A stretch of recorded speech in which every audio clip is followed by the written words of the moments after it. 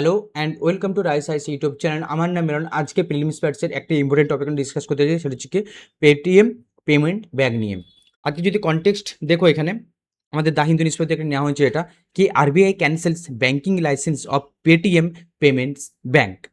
তো আমাদের Paytm payment bank আমাদের UPSC prelims point of view কতটা ইম্পর্টেন্ট এটি দেখতে পাবে 2016 সালের ইউপিএসসি পিওয়াইকিউ, যেখানে আমাদের পেমেন্ট ব্যাঙ্ক নিয়ে কিন্তু আমাদের কথা হয়েছে।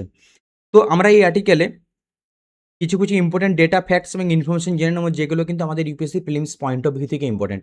বেশি টাইম আমি নেবো না ভিডিওতে, শর্টলি এবং ক্রিপসলি বলে দেবো, এবং সেই পয়েন্টগুলো নোট ডাউন করে রেখে নিও, যে পয়েন্টগুলো আমি এখানে গাবিয়ে দিচ্ছি, যেগুলো আমাদের এক্সাম পয়েন্ট অফ ভিউ থেকে ইম্পর্টেন্ট। এখানে একটু এলাবোরেটলি লেখা হচ্ছে, কারণ কন্টেন্টটা তোমাদের বুঝতে সুবিধার জন্য।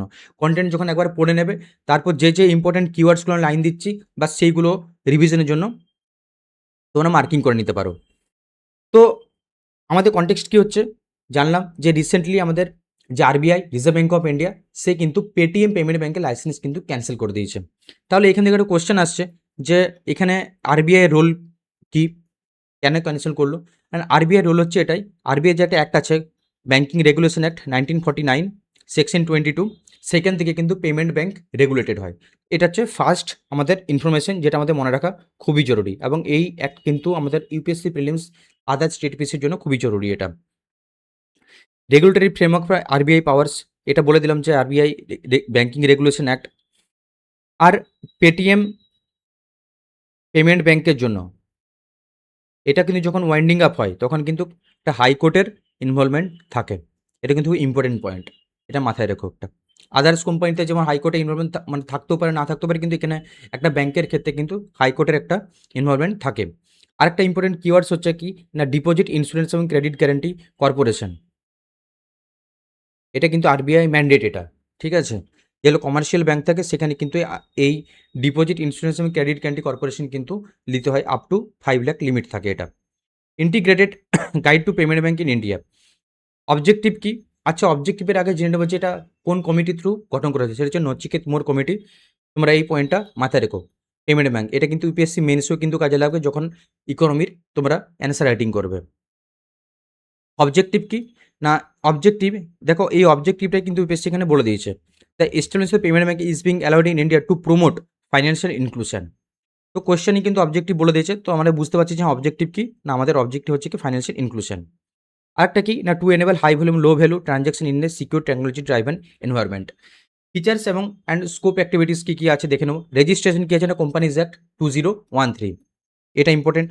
ব্যাঙ্কিং রেগুলেশন অ্যাক্ট সেটা আমি জানলাম 1949। অ্যাকসেপ্টেন্স অফ ডিপোজিট, আচ্ছা পেমেন্ট ব্যাঙ্ক কী কী করতে পারে, can do, can not do, কী কী করতে পারে, কী কী করতে পারে না।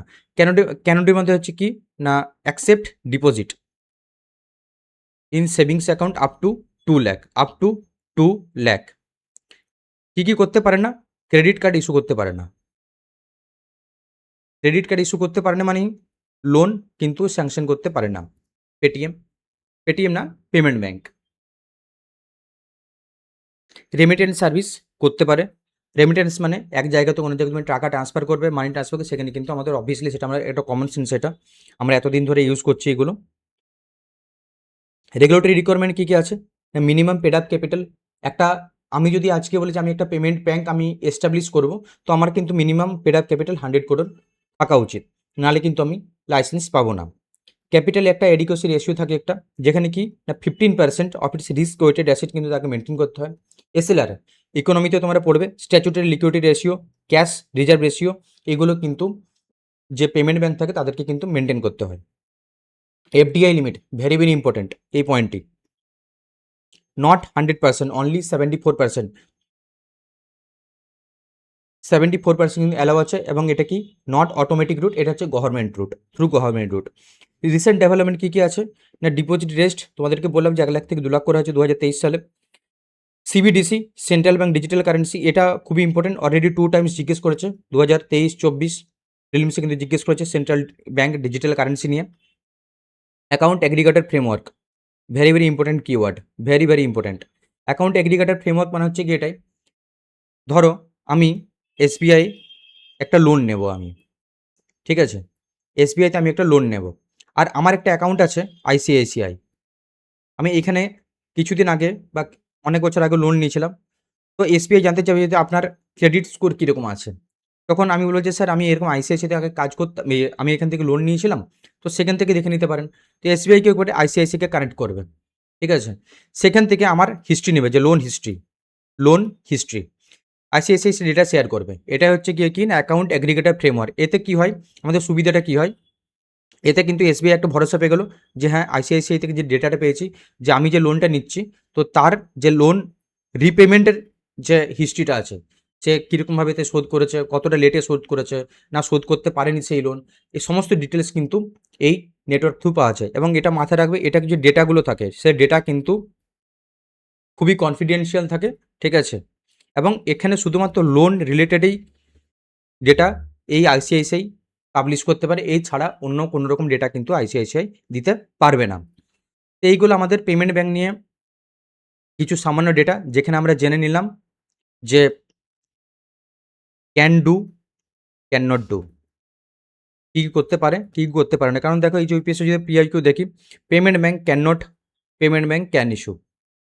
তো এই হচ্ছে আমাদের বেসিক আমাদের জেনে রাখা খুব দরকার। তাহলে আমরা জানলাম এটা কি, গভর্নেন্স স্ট্রাকচার দেখে নিলাম যে কী কী রেগুলেশন থ্রু হয়, সিআরআর, এসএলআর এবং সিআর, এগুলো আমাদের কিন্তু পেমেন্ট ব্যাংকের জন্য লাগু হয়। 4 নম্বর কি, 4 নম্বর হচ্ছে গিয়ে আমরা আরেকটা দেখে নিলাম যে নচিকেত মোর কমিটি, যে কোন কমিটি থ্রু এটা কিন্তু ডেভেলপ হয়েছিল পেমেন্ট ব্যাংক। এই জিনিসগুলো আমাদের একটা জেনারেলিক ওভারভিউ থাকা আমাদের উচিত। আর তোমাদের একটা কথা জানিয়ে রাখি, এই কন্টেন্ট তোমরা কিন্তু বাংলাতেও পেয়ে যাবে, সেম কন্টেন্ট। তো তোমরা যারা চাইছো যে বাংলায় পড়তে কন্টেন্ট, তোমরা please Rice Ice website visit করো, সেখান থেকে তোমরা বাংলায় কন্টেন্ট তোমরা পেয়ে যাবে। আর আমাদের টিম মেম্বার্স কিন্তু আমাদের এই কন্টেন্ট বাইলিঙ্গুয়াল বানায়, সেটা মেন্স ওরিয়েন্টেড হোক বা প্রিলিমস ওরিয়েন্টেড হোক, বাইলিঙ্গুয়াল পেয়ে যাবে, Bengali plus English, Bengali plus English, এবং ভিডিও ডিসকাশন বেঙ্গলিতে। যদি তোমাদের কোনো রকম কোনো বুঝতে অসুবিধা হয়, তাহলে প্লিজ কমেন্ট করো। এবং এখানে একটা এমসিকিউ দেওয়া হয়েছে, সেই এমসিকিউ তোমরা সলভ করে তার অ্যান্সার কিন্তু পোস্ট করে দিও অপশানে, আমাদের কমেন্ট বক্সে। অনেক অনেক ধন্যবাদ এই সেশনটি অ্যাটেন্ড করার জন্য। আর এই ভিডিও যদি তোমাদের ভালো লেগে থাকে, প্লিজ বন্ধুদের সাথে শেয়ার করে দিও। Thank you so much.